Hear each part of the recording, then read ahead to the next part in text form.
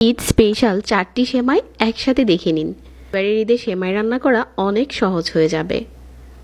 Regular যে সেমাইগুলো বাসায় রান্না করা হয় ওগুলোই সহজে শেয়ার করেছি। এখানে 20 গ্রামের মতো বাটার নিয়েছে, আর প্রথমে বাটারটা প্যানে দিয়ে দিলাম। আর এখন দিয়ে দিচ্ছি লাচ্চা সেমাই। একটু ভেজে নেওয়ার পর এখানে চিনি দিয়েছি। ভালো করে চুলার আঁচ কমিয়ে বাটারের সাথে ভেজে নিতে হবে। এই একই প্যানে 2 কাপ দিয়ে দিচ্ছি তরল দুধ, সাথে দিয়ে দিচ্ছি এখানে কাস্টার্ড পাউডার 1 টেবিল চামচ, 1/4 কাপ চিনি দিয়েছি। ভালো করে নেড়েচেড়ে এই মিশ্রণটাকে ঘন করতে হবে। আর জাল করতে করতে মিশ্রণটা একটা সময় ঘন হয়ে যাবে। আর ওই পর্যায়ে ক্রিম দিয়ে দিচ্ছি 1/2 কাপ। ক্রিম যদি এখানে স্কিপ করতে চান তাহলে একটু গুঁড়া দুধ অ্যাড করতে পারেন। প্রথমে ডিশে ভেজে নেওয়া সেমাই দিয়ে উপরে ক্রিমটা দিয়ে দিলাম, আর উপরে আবারও সেমাই দিয়ে ফ্রেশ করানো নারিকেল আর কিশমিশ দিয়ে এটা নর্মাল ফ্রিজে রেখে দিলে ঠান্ডা হওয়ার পর কেটে পরিবেশন করলে খেতে দারুণ লাগে। এখন আমরা বানিয়ে নিব জর্দা সেমাই।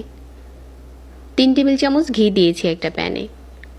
বাদাম কুচি, কিশমিশ কুচি আর নারিকেল কুড়ানো দিয়ে দিচ্ছি এই ঘিয়ের সাথে। এখন চিকন সেমাই দিয়ে দিচ্ছি 1 প্যাকেট।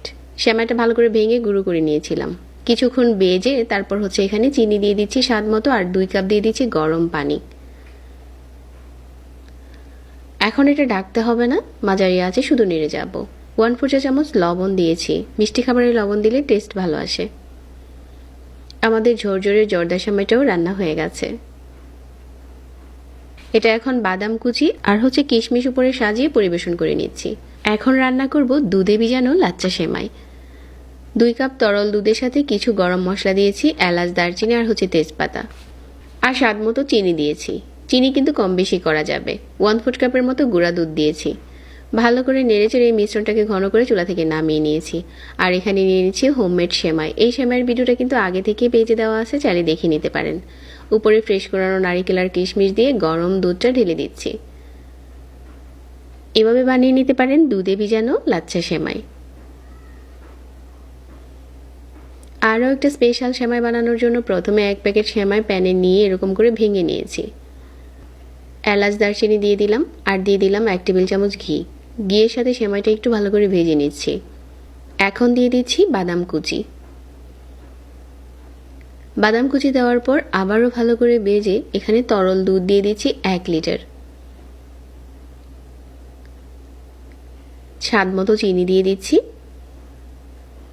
আর অপেক্ষা করছি একটা বলক আসার জন্য। চুলা থেকে নামানোর আগে ফ্রেশ করানো নারিকেল আর কিশমিশ দিয়ে দিলাম। আমাদের দুধে ভিজানো চিকন সেমাইটাও রেডি হয়ে গেছে। এটা খেতেও দারুণ টেস্ট ছিল।